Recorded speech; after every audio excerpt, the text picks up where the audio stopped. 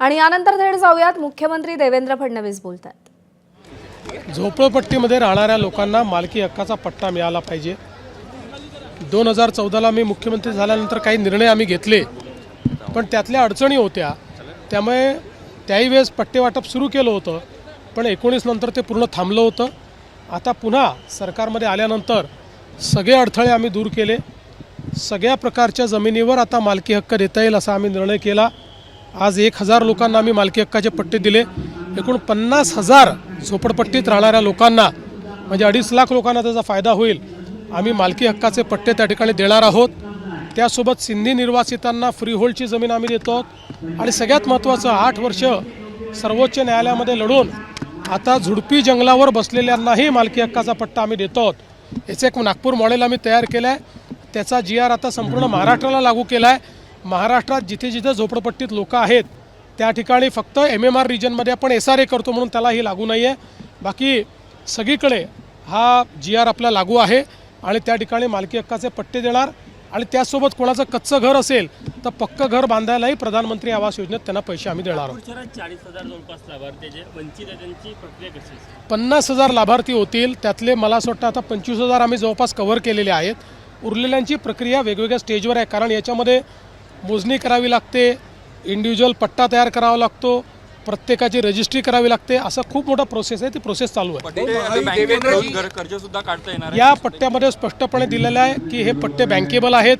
कोणाला कर्ज काढायचं असेल, विक्री करायचं, सगळ्या पद्धतीनं एखाद्या खाजगी माणसाच्या जमिनीला जे अधिकार असतात ते सगळे अधिकार याला दिलेले आहेत। पालघरला एक घटना मुंबईमध्ये भाजप कार्यकर्त्यांमध्ये प्रामुख्याने मोठी नाराजी आहे। त्यांची अशी अपेक्षा होती की स्वबळावर लढलं तर कार्यकर्त्यांना जास्त संधी मिळेल।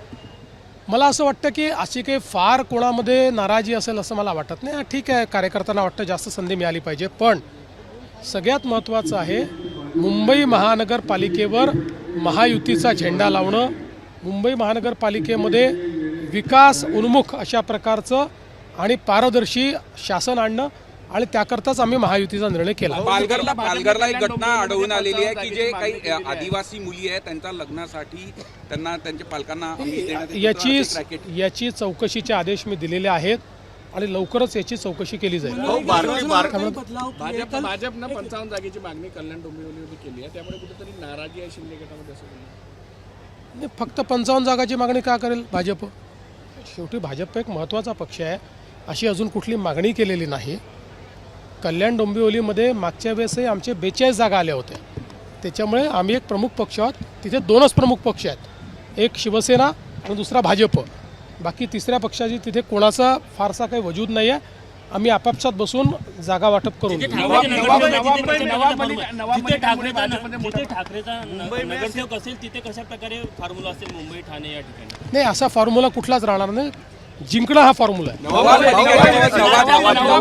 अजित दादा आज म्हणाले की बार्टी आणि सारथी याची जी शिष्यवृत्ती मिळते त्यामुळे अनेक घरातील 5-5 लोक जे आहेत ते PhD करतात विद्यार्थी, त्यांना कसं देणं लागतं? मला असं वाटतं की अनेक वेळा दादा एखादी गोष्ट बोलतात तर लोक त्याचा वेगळा अर्थ काढतात, पण मुळामध्ये ही योजना जी सुरू केलेली आहे ती जे काही आपले हुशार लोक आहेत, मुलं आहेत, पण PhD अफोर्ड करू शकत नाही, त्या लोकांकरता ती काढलेली आहेत। आता एका घरातले 5 लोक जर योजनेचा लाभ घेतील तर इतर घरातले जे काही आपले गरीब लोक आहेत, होतकरू आहेत, त्यांना त्याचा लाभ मिळणार नाही। दादांनी व्यक्त केलेली चिंता बरोबर आहे।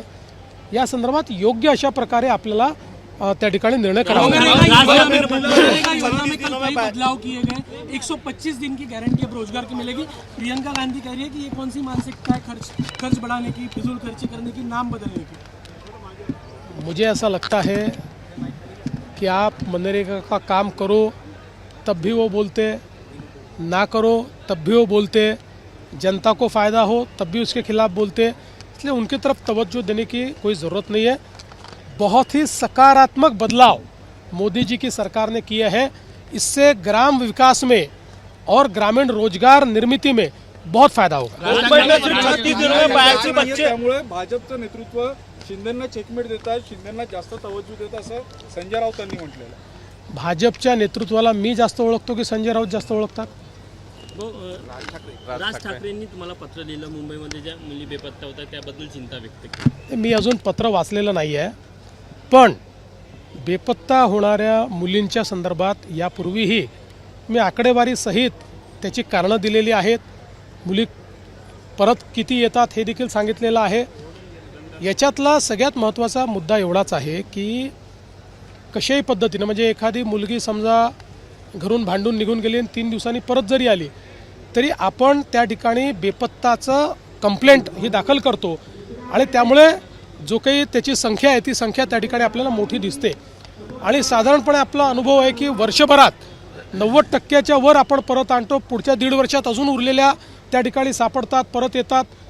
त्यामुळे या संदर्भात आता त्यांनी नेमकं काय पत्र लिहिलं आहे हे मी वाचलेलं नसल्यामुळे मी त्याच्यावर उत्तर देऊ शकणार नाही. पण नक्की जर काही त्यांच्या शंका असतील तर त्याला उत्तर देईल. नवाब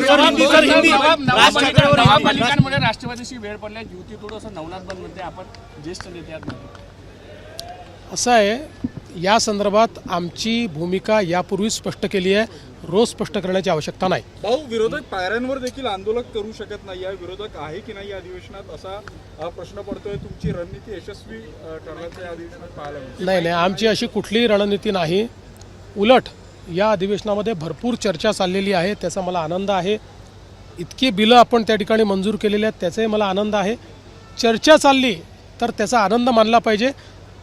पायऱ्यांवर आंदोलन करायचं आणि चर्चेत भाग घ्यायचा नाही याला लोकशाहीत स्थान नाही आहे.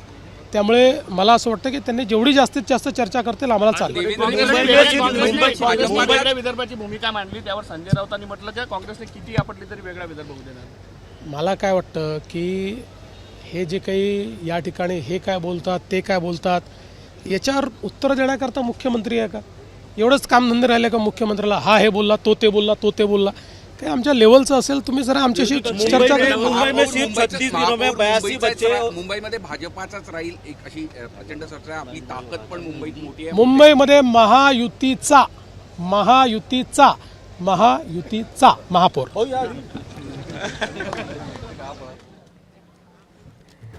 तर मुख्यमंत्री देवेंद्र फडणवीस बोलत होते, विरोधकांबाबत आमची कोणतीही रणनीती नाही, जिंकायचं हा महायुतीचा फॉर्म्युला आहे असं देवेंद्र फडणवीस म्हणालेत. पायऱ्यांवर आंदोलन करायचं, चर्चेत भाग घ्यायचा नाही हे योग्य नाही असं म्हणत त्यांनी विरोधकांना देखील टोला लगावलेला आहे. मुंबईमध्ये महायुतीचाच महापौर होईल असं त्यांनी त्रिवार सांगितलेलं आहे. मुंबईमध्ये महापौर भाजपचा होणार, शिंदेंच्या शिवसेनेचा होणार की अजित पवारांच्या राष्ट्रवादीचा होणार हा प्रश्न आहे आणि त्यावर महापौर महायुतीचा होईल असं फडणवीस म्हणाले. एबीपी माझा, उघडा डोळे बघा नीट.